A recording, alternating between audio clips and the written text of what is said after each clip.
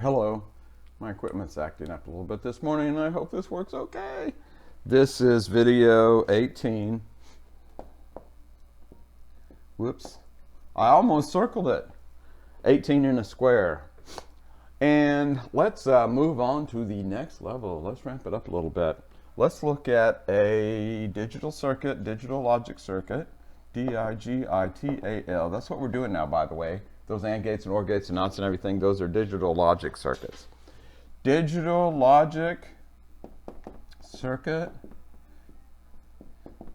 with, drum roll, 3 binary inputs. That's this example. Digital logic circuit with 3 binary inputs.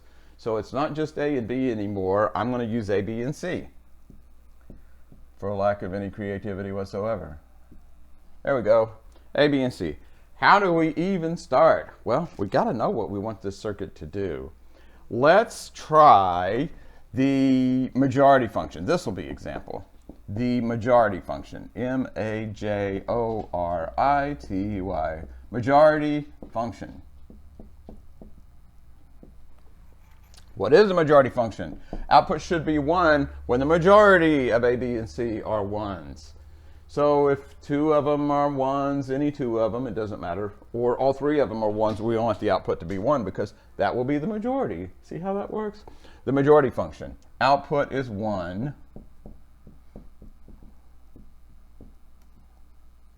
when the majority of the inputs are 1s.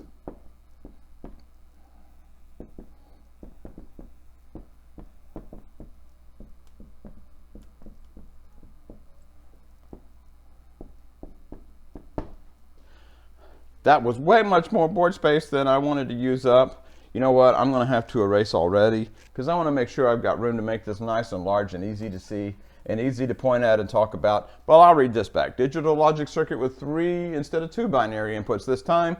The majority function whose output should be 1 when the majority of the inputs are 1s. Sorry about that. Now with that firmly anchored in your mind, and if it's not, then rewind the video and watch that part again. Truth table. Remember, the handy thing about the truth table is it completely defines the behavior of the circuit that we want. So this time we're going to need 3 inputs. Whoa, look how tall I'm making this truth table. That's why I had to erase the board. A, B, and C.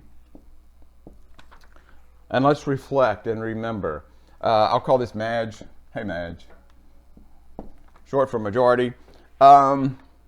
When we had 2 inputs, well, let's go back to dinky little NOT gate. The truth table for that only had 1 input, but only 2 rows. 2 inputs, you got 4 rows. Here we are, 3 inputs, we've got 8 rows. Exactly right. You can think of it this way. If you know about exponents, 2 to the number of variables that you have, that's how many rows you better have in your table. 2 to the third is 2 times 2 times 2 is 8. So it goes like this: 0, 0, 0, 0, 0, 1, 0, 1, 0, 0, 1, 1. 1, 0, 0, 1, 0, 1, 1, 1, 0, 1, 1, 1. Binary poetry. It's almost like it rhymes. Now you might think, well, we haven't even talked about the majority function, and well, we did, but how can I go ahead and fill all this in? You know what? Every 3 input truth table is going to have exactly this much at least in common. The only thing that's going to be different is the outputs that we want to see based on the combinations of the 3 input on-off switches over here. So this much is always going to be the same. This is always going to be the binary numbers, unsigned, no 2's complement here. 3 zeros through 3 1s, and these are numerical order. 0, 1, 2, 3, 4, 5, 6, 7. You'll recognize in your vast new expertise in binary numbers. Stop talking and start right. Okay, majority. Are the majority of these 1s? Absolutely not. They're all zeros. Are the majority of those 1s? Nope. Just one of them. What about this one? No. Look, our first one. We have a winner. 0, 1, 1. The majority of the inputs are 1s, so the output should be 1. See how we're doing that? Well, then we backtrack a little bit. 1, 0, 0, that's only one of them. That's not a majority, that's 0. 1, 0, 1, that's a majority. That's 1. 1, 1, 0 is a majority, and certainly all 3 ones is majority. And ladies and gentlemen, there you have it. Leading to this question. I am really trying to be stingy with board space, but I think I'm going to have to start erasing again. Let's see. This question is, yikes. That's not a question. How do we design a circuit from that?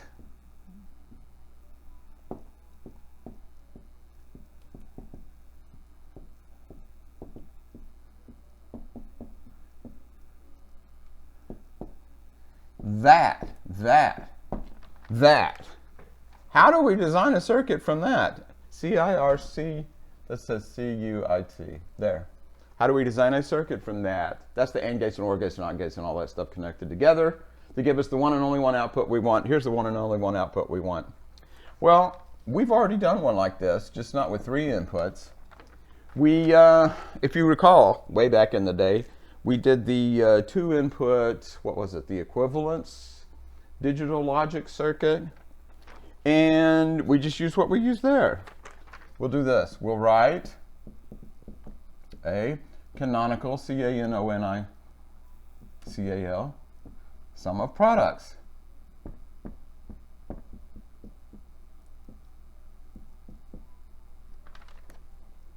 Abbreviated SOP, sum of products. See? There you have it. What could be simpler? We knew that. But that leads to another question. What the hey is a canonical sum of products? And no, I don't remember ever seeing one of those before. Well, we did. OBSV, observation. We did this. We did. We really did. We did this for 2-input equiv.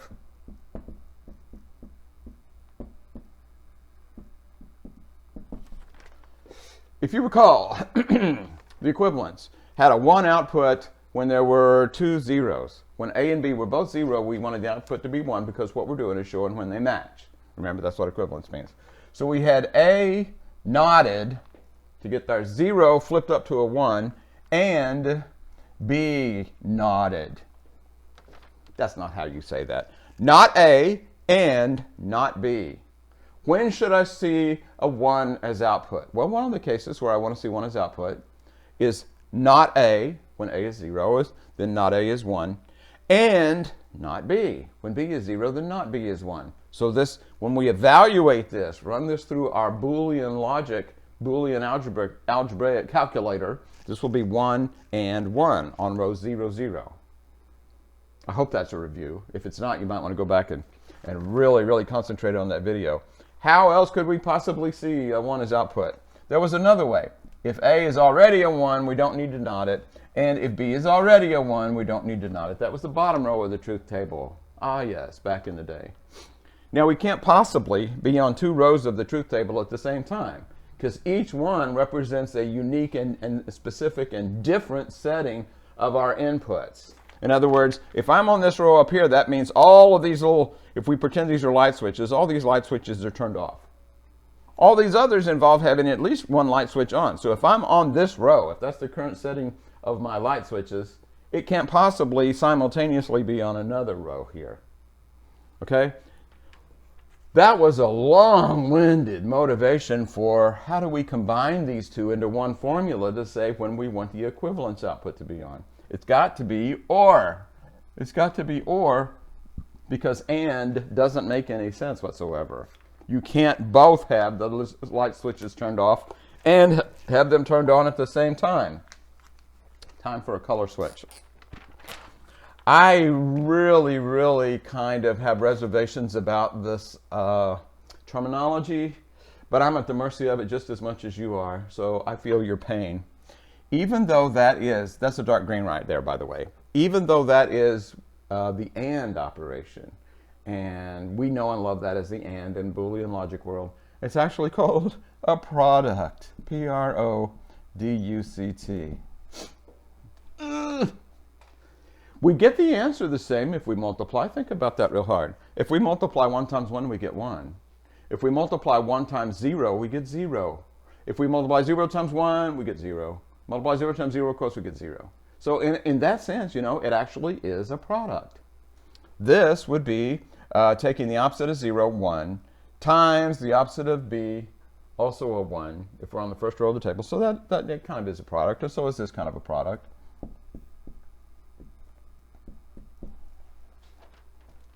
Now, not only am I a little bit queasy using that terminology, calling that a product when it's really the logical AND operation, I'm equally queasy when we connect those together with the plus sign and call it a sum.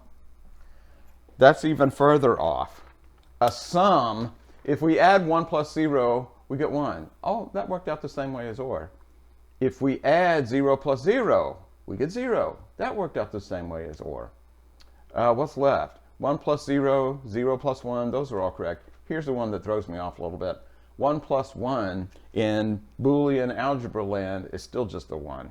1 or 1 is 1, it's not 2. So yeah, I'm even more uncomfortable calling this a sum than I am calling these little things products. Why did I even mention that if all this terminology makes me so uncomfortable? Like I said, I'm at the mercy of computer science culture, and look at this. A canonical sum, I'll use the same color, wait for it. Let me get back to the dark green. Sum of products. This, ladies and gentlemen, is our first example. I didn't call it that, but this is a canonical sum of products. Product the first, product the second, the sum. Misleading terminology all the way around. What should they call it? They should call it a grand oring of the ands, because that's the format it's always going to be. We'll have a bunch of things perhaps ORed together, and each one of those little things individually will be an AND operation. Canonical means it's the one to aspire to. It's the perfect one. This one's, let's see if we can sneak up on what canonical means here. This one is canonical, even though it has exactly the same value. If I were to switch those around, it would no longer be canonical. It would be a sum of products. It would not be the canonical sum of products. How am I sneaking up on it? Canonical means that we list the products in the order, the rows that they correspond to in the truth table. This was the very first row of the truth table. This was the very last row of the truth table. So this is canonical. If everyone agrees, let's all write canonical sum of products, then all of our products, when we are represented in the truth table, will be identical to each other. We don't have to worry about switching them around or is that the right order or whatever. We put them in the order that they would appear in a truth table, where the truth table has all of the rows listed in numerical order. And you might think, with all this stuff, as long as I've got it all there, what difference does it make what order it's in? It's a matter, actually, believe it or not, of communication human to human. If we all agree by this convention, which means it's not a hard and fast rule, convention means we all agree to do it that way, so it's easier to understand each other. If we all list our rows of the truth table in order, that's by convention. If we all list our canonical sum of products in canonical order, the order they would appear in the truth table, then it's easier for us to understand each other. When working on the same problem, we'll get exactly the same answer. Now then, that doesn't look anything like that, does it? You've already observed that. And now, this is in the way. Of course it is. Write a canonical sum of products. I'm going to get rid of the observation. That's actually a throwback to a previous video. And how do we even start? Well, we look and see where the ones are. Each one of these ones corresponds to, air quotes here, product, an AND operation of 3 values of the inputs. Let me see if this pink shows up. Yeah, that actually, I guess it got mixed with black when I was writing with it before. So that's dark pink. There's one of the ones we've got to generate as a product. Oh no, how are we going to do that? When do we see this specific one? Because we can't see that one and any of these others at the same time. They're going to look exactly the same when we see as one as output, but it's either going to be this one because we're on this row, or that one because we're on that row, or you get the story, or that one on that row. Okay, I couldn't help it. What about being on this row? Well, this says we're going to be on this row when A is off. Here's the insider's way to do this without even understanding what's going on. If you see 0, put a line over the variable. 0, put a line over A. These, that's plain old B, no line. Plain OC, no line. And ta-da! We're saying for this majority function, which I did not label, maj equals, there's one of the products. In other words, there's one of the ways we could see a 1. I'll call that the pink one. We'll see the pink one if A is turned off, because when we invert it for this formula, it's on. I mean, we use it as an on value, even though A is off. B, we use plain old B, that's a 1. Plain old C. So we do the math. This will be 1 and 1 and 1, which is 1. Ta-da! And we get the output we want for that row. Or. That's not the only way we see a 1 in the maj function. We see it on, I've been using dark green, we see it on this row. If the switches are set to on, off, on, then we also want to see a 1. Oh no, how can we do that? The little secret insider tip. If there's a 0, put a line over it. A and not B and C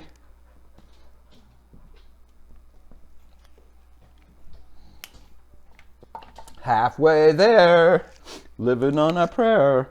Okay, or 2 more rows. 2 more rows, we got it. Now, the number, I don't even have to tell you this. Okay, indulge me, I'll insult your intelligence just a little bit. We'll have exactly as many products as we have 1s in the output over here. Well, duh. So it's just going to turn out that this is 4. It's not always going to be 4 products. If there were only 2 1s, I'd only have 2 products. If there were 6 1s in the output, then I would have 6 different products over here, because I've got to separately generate each one of the 1s with my formula over here. Okay, who's next? How about, let me see, if purple works. Well, purple, that's too close to green. Island turquoise. Let's try island turquoise. Well, that's pretty close to green as well. Trust me, that's a different color. This is A is on, and B is on, and C is off.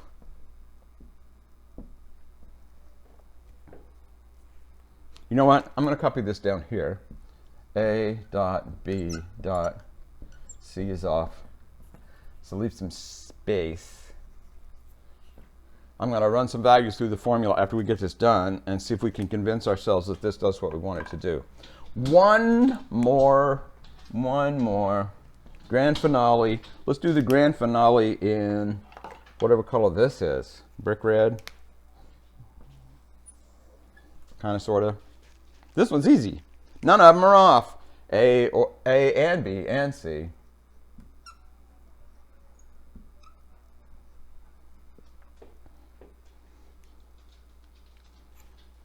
Okay? That is a canonical sum of products. It's a sum of products because each of these multicolored little expressions here, it's an ANDed operation, but in Boolean logic land, it's called a product, kind of like multiplication. And it's a sum of them because it's got plus signs between it, even though those plus signs mean or rather than add them up. We're not really going to add them up. Let's try this out. How can we try it out? We can try it out with blue. Eeny, meeny, miny, pick a row, any row. This row right here. Let's see what the output is. Now, you might want to just watch this without messing up your notes unless you're going to copy the whole thing again. Because what I'm going to do is just fill in the blanks. These are values of variables. If we're on this row, that means that A is off, A is false, A is 0, A is no. B is on, B is yes, B is true. Whatever else could be represented by a 1 value. And C is off. So 0, 1, 0. Now watch what I'm going to do here. That's why I dropped down and left some space. 0, 1, 0, 0, 1, 0, 0, 1, 0, 0, 1, 0. There's ands between these. What I'm doing is filling this in. This is a formula. This multicolored thing is a formula for calculating when I should see a 1 over here.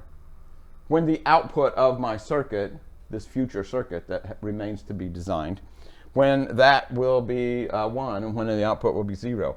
a not over that, an ands between these, a not over that, plus sign, plus sign.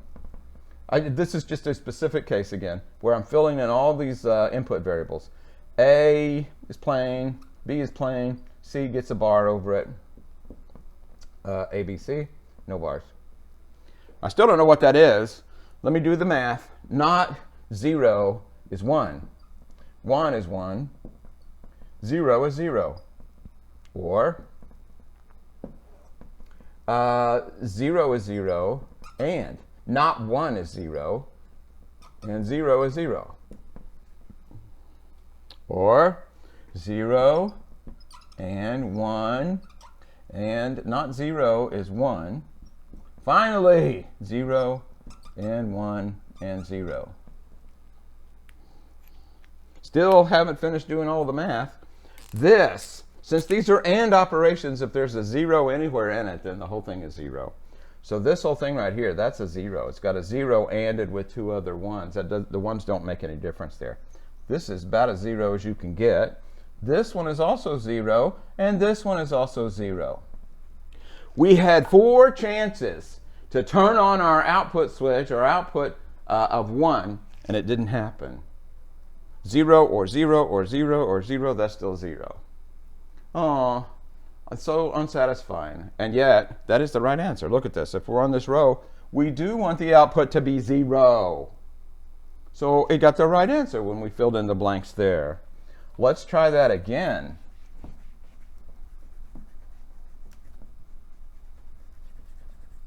Let's go to the next row down.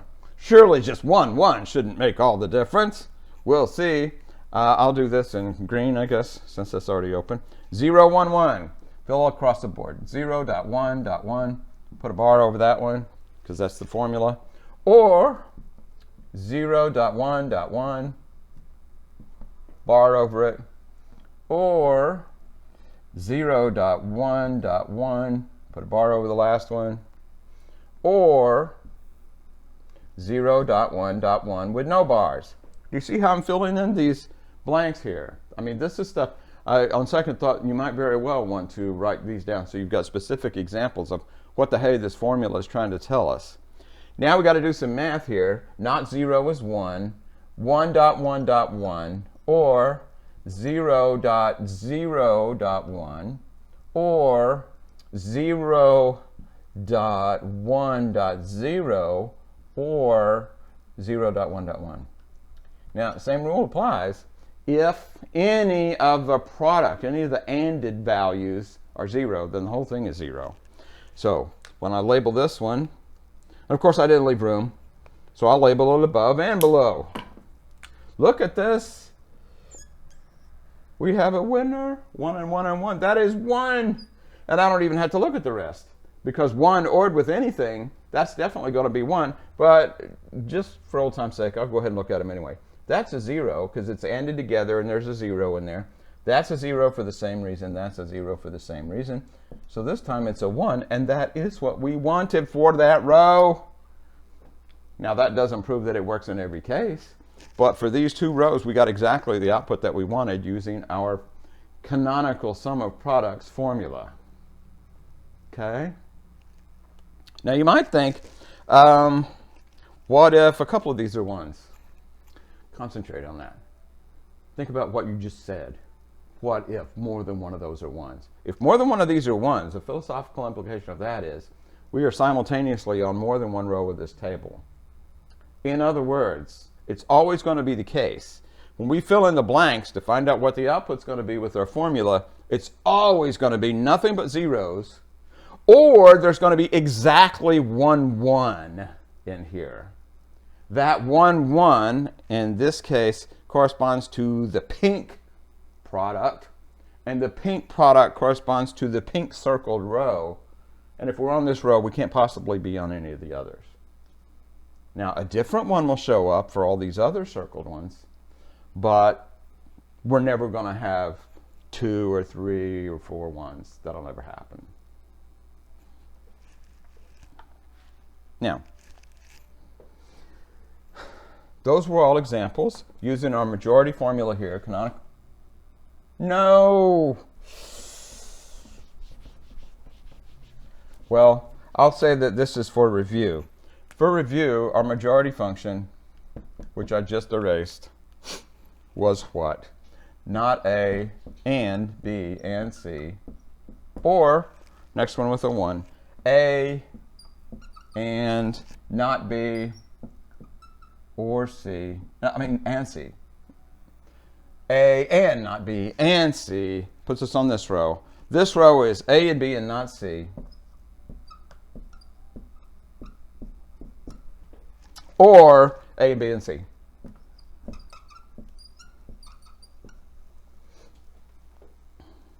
Okay? Why did I need to write that back up there after I already went through the examples and everything? Well, not only is this a formula we can test and see whether or not we've represented it correctly as the sum of products, this is a recipe for building our circuit. There's the recipe. Here's the shopping list.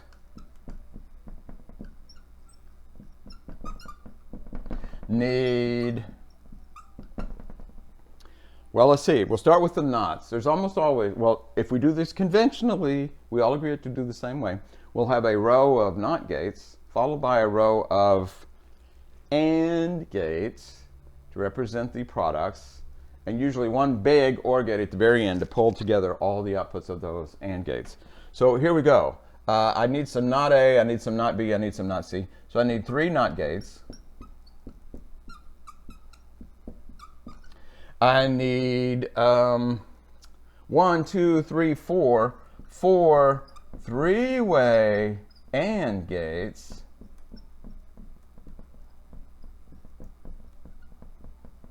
And one big 1, 2, 3, 4 4-way OR gate. Now at the end of the previous video, I actually went ahead and drew all this out, ands and ors and nots, and connected them all together. And it looked complicated, and I guess it kind of was, but you know what? That was only 2 inputs. Now we got 3 inputs, and look at all this machinery we need to be able to implement this. Oh no, we could draw a picture. We could draw really messy pictures that look like a web built by a drunken spider maybe, but we're not going to do that. We actually have a program that allows us to drag and drop ands and ors and nots. Oh, it'll be so much fun. Talk about using Lego blocks to build things. There's what we need to build this circuit, but I'm not going to do it on the board. I'm going to do it on the computer. And I'll let you think about that, and I'll just say for now, I'll see you online.